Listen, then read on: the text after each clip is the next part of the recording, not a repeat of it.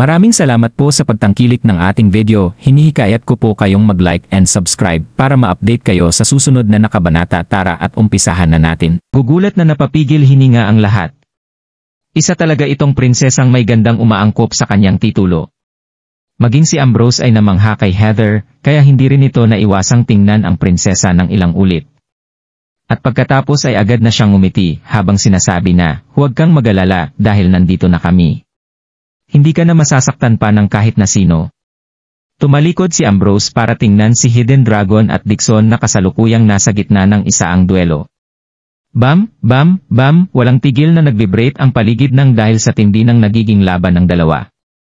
Napangibabawan ng galit si Hidden Dragon habang inaalala ang pagkatalo niya noon kay Dixon.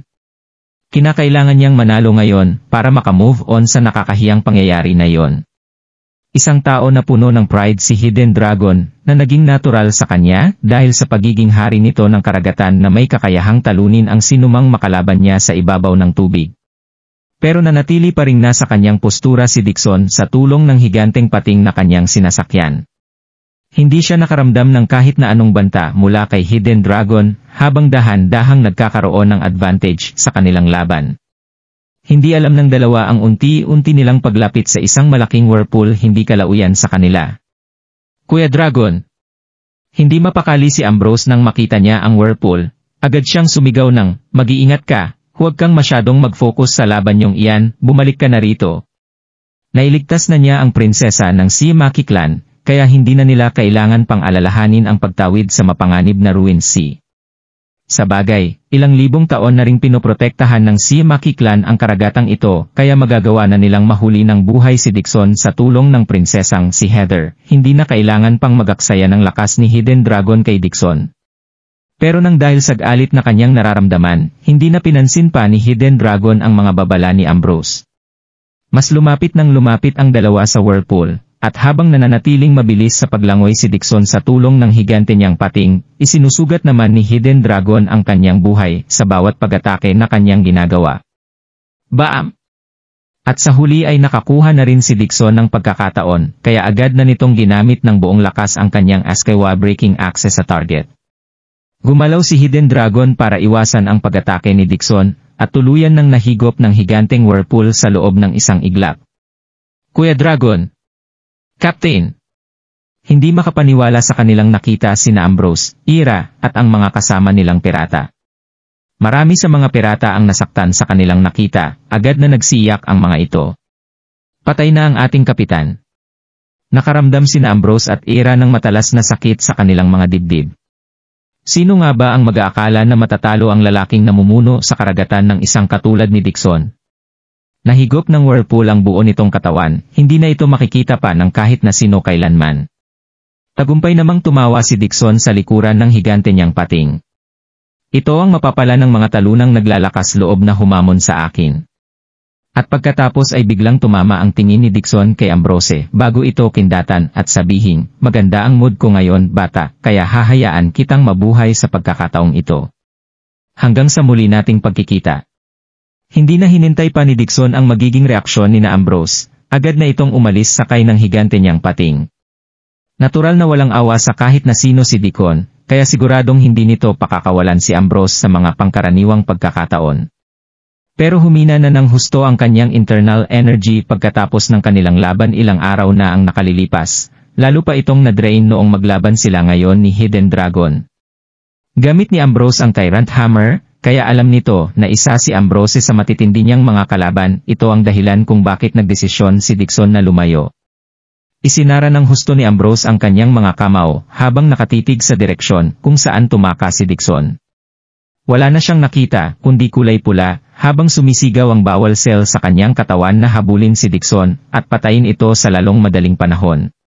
Pero masyado pa ring delikado ang pagtawid sa whirlpool and ayo nang walang pating na katulad ng alaga ni Dixon. "Kuya Dragon!" Napaluhod na lang si Ambrose papunta sa direksyon kung saan hinigop si Hidden Dragon ng whirlpool. Umiiyak itong sumigaw ng, "Rest in peace, ipinapangako ko na ipaghihingati kita kay Dixon. At hindi ako titigil hanggat hindi ko napapatay si Donoghue Dixon." Puno ng emosyon at determinasyong nadyecho ang bawat salitang binanggit ni Ambrose sa paligid. Desperado namang tumayo ng tahimik ang mga pirata nang biglang umabante ang Blood Sherlock Four Sisters para lumuhod sa harapan ni Ambrose. Isang idineklara ng mga ito na nagsusumamo ang Blood Sherlock Four Sisters kay Master Darby na maging aming bagong kapitan. Mapagmalaki ang Blood Sherlock Four Sisters, kaya hindi nila gustong sundin ang kahit na anong iutos sa kanila ni Ambrose. Pero wala na ngayon si Hidden Dragon, kaya kailangan na nila ng bagong leader. Bata pa si Ambrose pero hawak nito ang Tyrant Hammer. At higit sa lahat ay anak pa rin ito ng kilalang si Daryl Darby, kaya wala nang kahit na sino ang mas magiging karapat-dapat na maging kanilang kapitan maliban sa kanya. Captain! Agad na lumuhod ang lahat sa harapan ni Ambrose para kilalanin ang bago nilang leader. Itinuring ni Hidden Dragon si Ambrose bilang isang kapatid at na-expect din ito ng husto sa binata. Kaya sino pa ang karapat-dapat na maging kapitan maliban kay Ambrose? Mayroon pa ring isang lalaki na pumapantay kay Ambrose. Hindi gumagalaw itong tumayo habang nakakaramdam ng matinding pride sa kanyang sarili. Ang lalaking ito ay walang iba kundi si Loro Chandler, ang kanang kamay ni Hidden Dragon. Mayroon itong hindi mapapatayang lakas sa pakikipaglaban. Mas mataas ang kanyang naging posisyon kaysa sa nakararami at maging sa Blood Sherlock Four Sisters. Dapat lang na siya ang maging kapitan matapos mamatay ni Hidden Dragon. Kaya hindi katanggap-tanggap ang pagdedesisyon ng lahat na gawing kapitan si Ambrose. Tumingin si Loro sa paligid habang sinasabi na, masyadong mapanganib ang lugar na ito kaya dapat lang na umalis muna tayo rito bago pag-usapan kung sino ang susunod nating magiging kapitan, pero nagawa nyo pa ring ibigay ang posisyon sa isang outsider. Nang huhusgang tumingin si Loro kay Ambrose. Bata, gaano katagal ka bang nakasama ng Blood Shark? Ano ang karapatan mo na maging aming kapitan? Mukhang nagdadalawang isip na ang nagtitinginang mga pirata sa paligid. Hindi na nila alam kung ano ang dapat nilang isipin. Tumingin naman pabalik kay Loro si Ambrose na para bang wala itong pakialam. Mukhang wala nga akong karapatan na gawin ito. Ano naman kung mayroon na akong karapatan para tumayo sa posisyong ito? Totoo ang mga sinabi ni Ambrose, wala siyang kahit na anong interes na maging kapitan ng mga pirata. Kung ako lang ang masusunod, dapat lang nasukuan na natin ang paghahabol sa mongheng iyon at umalis sa lugar na ito. At pagkatapos ay dapat na nating pagdesisyonan kung sino ang susunod nating magiging kapitan. Nanlalamig na sinabi ni Loro. Napasimangot naman dito si Ambrose. Ayaw mong ipaghiganti si Hidden Dragon? Maghihiganti pa rin tayo para sa kanya syempre, pero kinakailangan muna nating mag-focus sa pagpapanatili ng ating lakas ngayon. Natalo ang ating kapitan nang dahil sa pagiging arogante niya, kaya ngayon ay nasa ilalim na siya ng karagatan. Nagmamalaking sagot ni Loro. Wala nga talagang plano si Loro na ipaghiganti si Hidden Dragon. At sa halip ay kasalukuyan niyang binabalot ang kanyang isipan ng mga plano para lokohin ang isipan ng lahat at maging kapitan ng mga pirata. Agad na nakita ni Ambrose ang intensyon ni Loro kaya suminghal ito ng kalokohan. Maaari ngang maloko mo ang mga inosenteng bata sa mga pinagsasabi mong iyan, pero huwag ako. Hayaan mong sabihin sa iyo ang isang bagay. Hindi talaga ako interesado na maging kapitan niyo, pero agad akong nagka-interes sa posisyong ito nang dahil sa iyo. Sige, sige. Nakipagtitigan si Loro kay Ambrose habang sinasabi na. Tingnan natin kung gaano ka nga ba talaga kahusay nang wala ang iyong Tyrant Hammer. Dito na nanamig ang mga mata ni Loro habang sumusugod kay Ambrose para suntukin ito ng malakas at sabihin, kikilalanin kita bilang aming kapitan sa sandaling masalo mo ang suntok kung ito nang wala ang iyong Tyrant Hammer. Natigilan ang lahat ng mga pirata nang biglang umatake si Loro kay Ambrose. Alam ng lahat na masyado itong malakas na pumapangalawa kay Hidden Dragon matapos nitong magkaroon ng lakas na nasa level 5 Martial Emperor. Sa kabilang banda, masyado pang bata si Ambrose. Kahit na naging matapang ito, nakadepende pa rin ang buo niyang lakas sa Tyrant Hammer. Hindi niya magagawang tapatan si Loro kung wala ito. Mag-iingat ka kuya! Nagugulat na sinabi ni Era. Maging si Heather ay nakaramdam ng tensyon sa mga nangyari. Sige lang! Hindi man lang gumalaw si Ambrose nang makita niya ang pag-atake ni Loro. Huminga ito ng malalim bago itaas ang isa sa kanyang mga braso para salagin ang suntok ni Loro. Baam! Habang tumatama sa isa't isa ang dalawang mga braso, narakamdam si Loro ng isang wave ng napakalakas na puwersang tumutulak sa kanya palayo kay Ambrose. Dito na niya hindi nakontrol ang kanyang sarili, habang napapaatras ng ilang hakbang mula sa kanyang pwesto. Makikita rin ang pagtulo ng dugo sa gilid ng bibig ni Loro. Malinaw lang na si Ambrose ang may hawak ng advantage sa mga sandaling ito. Masyado pang bata si Ambrose pero nagawa na nitong maging prinsipe ng New World kaya nagkaroon na ito ng pagkakataong kumonsumo ng mga pambihirang herb at gamot mula pagkabata. Ilang taon din itong sinundan si Yang Jian sa ginagawa nitong pananakop. Dito siya nagkaroon ng karanasan sa pakikipaglaban na hindi bababa sa katapat niyang si Loro. Naramdaman ni Loro na parabang nakatali ang kanyang katawan sa kanyang pwesto, habang nakakaramdam siya ng matinding frustration at pagkagulat sa kanyang sarili. Noong una ay tinitigan niya ng husto si Ambrose, hindi niya mailingon sa paligid ang kanyang ulo pagkatapos ma-realize ng lahat na hindi man lang siya nakalapit ng kahit kaunti sa pagkatalo ni Ambrose, kahit na hindi ito gumamit ng Tyrant Hammer. Habang sinusubukan ni Loro na i-process ang mga nangyari, agad na umabante ang kalmadong si Ambrose para sampalin ang kanyang pisngi. Snap! Ambrose did not hold back, he swung his palm in full strength. Loro was sent flying toward one of the ships 100 meters away. He spat a mouthful of blood in pain as he landed. Ambrose was beyond furious.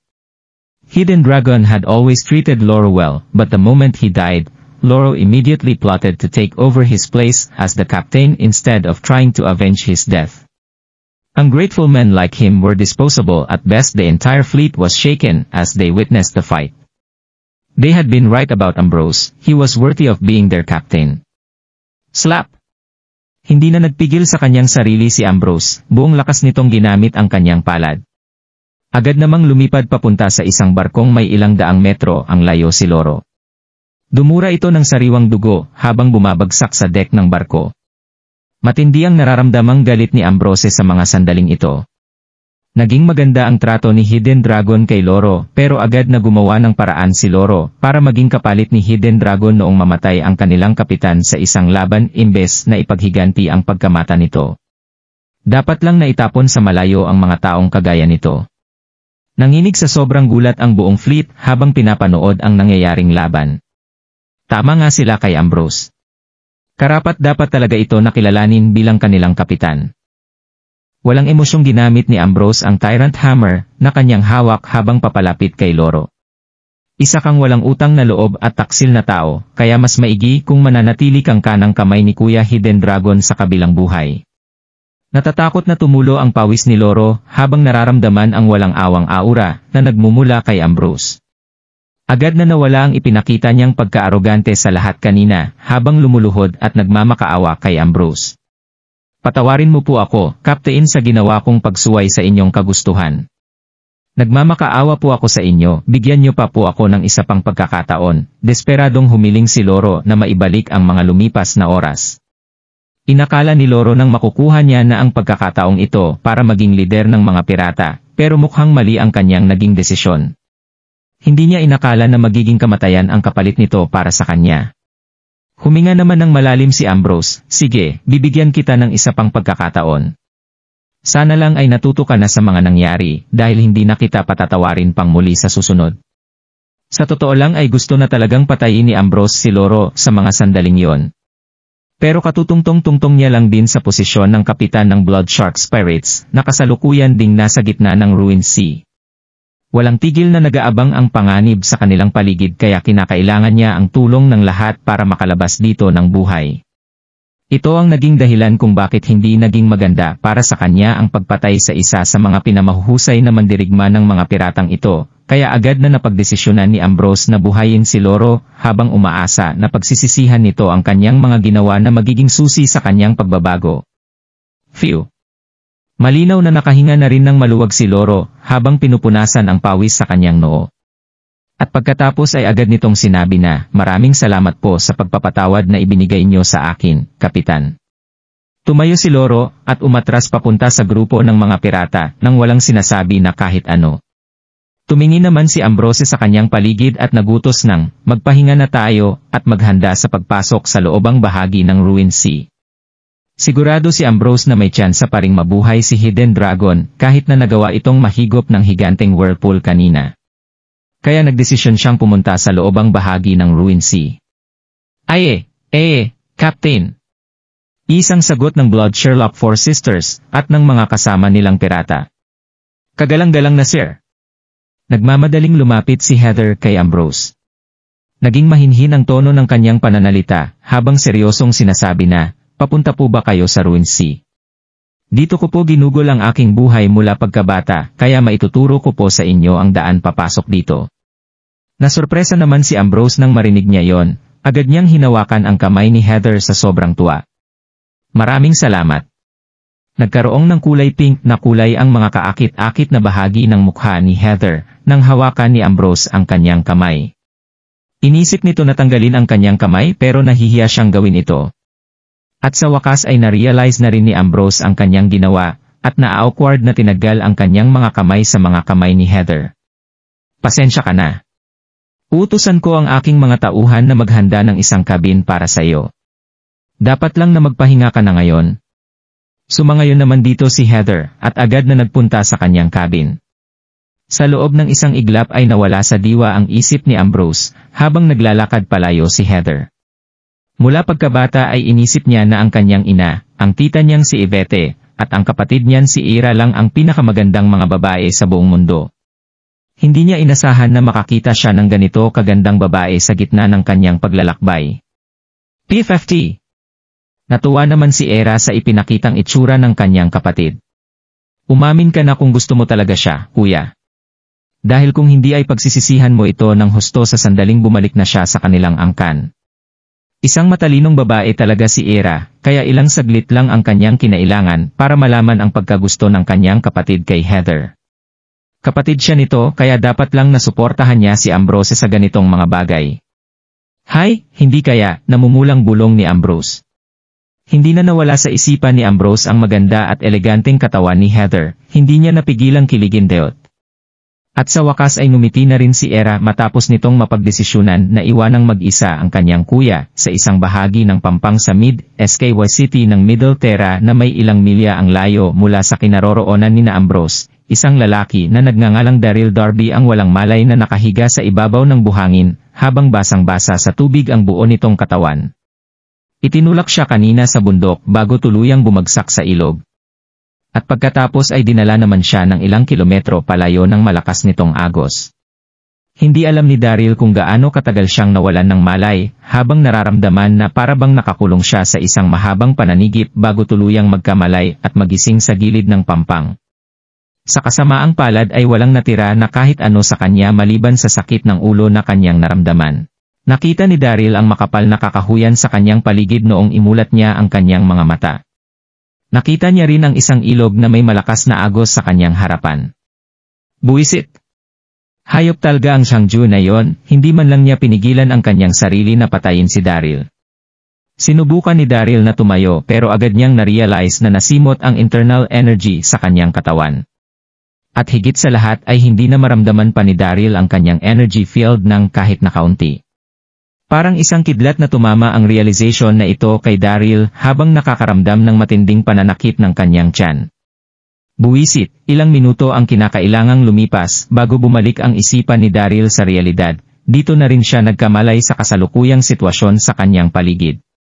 Halos malasap na niya sa sobrang lapit ang pagtawid ng kanyang lakas sa susunod na level nang bigla siyang atakihin ni Xiangju. Dito na siya sa pilitang pinainom ng bone breaker pill na sinabayan pa ng ilang mga sugat noong makipaglaban siya kay Xiangju. Nagawa pa rin niyang makaligtas pagkatapos sumailalim sa isang psychotic break pero tuluyan nang nabigo ang kanyang katawan sa pagtawid sa susunod na level nang dahil sa ginawang iyon ni Xiangju. At dahil dito ay tuluyan nang naubos ang lahat ng internal energy sa kanyang katawan. Hindi siya maaaring mabuhay ng walang internal energy. Marami na siyang mga kinonsumo na mga pambihirang herbs at gamot hanggang sa hindi natablan ng anumang lason ang kanilang katawan, kaya naging confident si Daryl na babalik din sa dati ang nawala niyang internal energy. At pagkatapos ay agad na umupo si Daryl para subukang mag-meditate. Isang minuto ang nakalipas na sinundan ng isa pang minute, isang iglap na lumipas ang kalahating oras para kay Daryl pero sa kasamaang palad ay hindi pa rin niya maramdaman ang kanyang internal energy. Dito na napuno ng desperasyon ang kanyang puso. Naging wala na ba siyang kwenta sa mga sandaling ito? Nakulong siya sa whirlpool ng self-doubt at frustration, pero agad na lumakas ang kanyang loob nang maisip niya ang tungkol sa Chaotic Mountain Range. Siguradong nasa Chaotic Mountain Range pa rin hanggang sa mga sandaling ito sina Dax, Chester at Yvette. Kaya mas maigi kung makikipagkita muna siya sa mga ito bago pagdesisyonan ang mga susunod niyang gagawin. Samantala, sa Chaotic Mountain Range. Matatagpuan ang Chaotic Mountain Range sa hangganan ng Nine Mainlands. Isa itong natural na harang sa pagitan ng Nine Mainlands at ng Wild Deserted Secret Region. Sa kasamaang palad ay hindi naging maganda ang paligid sa mga bulubunduking ito habang nababalot ang kalangitan ng nagdidilim na mga layer ng ulap. Nabalot din ang hangin sa paligid ng mga abo mula sa bulkan, habang walang tigil na tumatama ang mga kidlat kung saan-saan na para bang isang apokaliptik na eksena. Kasalukuyang makikita sa isang malawak na lupain sa paanan ng bundok na may daan-daang metro ang layo mula sa templo ng Hidden Spirit ang napakaraming tao. Parang wildfire na kumalat ang tungkol sa hindi pangkaraniwang pangyayari sa kabilang dako ng Chaotic Mountain Range. Agad na nagpadala ang iba't ibang mga kontinente ng kani-kanilang mga kinatawan para imbestigahan ang sitwasyon. Umabot sa daan-daang libo ang bilang ng mga taong ito na nagmula sa iba't ibang mga sekta. Marami pa rin siyempreng mga pamilyar na mukha sa mga ito, kayagan ng Elysium Gate ng World Universe, angkan ng Carter, Flower Mountain, at iba pang mga sekta na kagaya ng Elixir Sect, Artemis Sect, Sword Sect ng Great East at Royal Army ng South Cloud World na pinamunuan ni Queen Silong, hukbo ng Westrington, at iba pang mga sektang nagmula sa Westrington. Kabilang din sa alyansang ito ang famed Sword Manor ng Yellow Sea Continent, magkapatid ng Sunset Sect na sina Jackie at Jasmine at ang pamilya Doko ng Middle Terra. Hindi rin mawawala siyempre ang mga monghe ng Hidden Spirit Temple na pinamunuan ni Rama sa mga taong ito. Naging alerto ang lahat habang paunti-unting lumalapit ang panganib sa Nine Mainland. Wala na silang magagawa kundi ipadala ang buo nilang puwersa para harapin ang mga ito. Naging makasaysayan ang pagtitipon-tipon na ito ng mga sekta sa buong Nine Mainland. Makikita sa katabi nitong burol ang daang libong mga sundalo na nakatayo ng diretsyo sa kanilang mga pwesto. Pinamunuan ng mga ito ng isang lalaking nakasuot ng kulay gintong armor na naglabas ng confident na aura habang katabi ang isang malaking hound sa kanyang paanan. Ang lalaking ito ay walang iba kundi si Yang Jian. Hindi na niya naitago pa ang kanyang tuwa nang mabalitaan niya ang tungkol sa pagkamatay ni Daryl. Pagkatapos niyang bigyan ng pabuya sina Xiangju at Gonggong, agad na niyang pinamunuan ang kanyang hukbo papunta sa Chaotic Mountain Range. Hindi nawala ang ngiti sa kanyang mukha hanggang sa mga sandaling ito. Wala nang kahit na sino ang makakapigil sa kanya ngayong patay na si Daryl. Ang natitirang hadlang na lang sa kanyang mga plano ay ang paparating na tribo ng raksasa. Siguradong sasambahin siya ng lahat bilang walang kapantay na bayani ng Nine Mainland sa sandaling matalo niya ito. Diretsong tumayo sa kanyang likuran sina Xiangju, Gonggong at ang napakaraming mga matitikas na sundalo ng North Moana.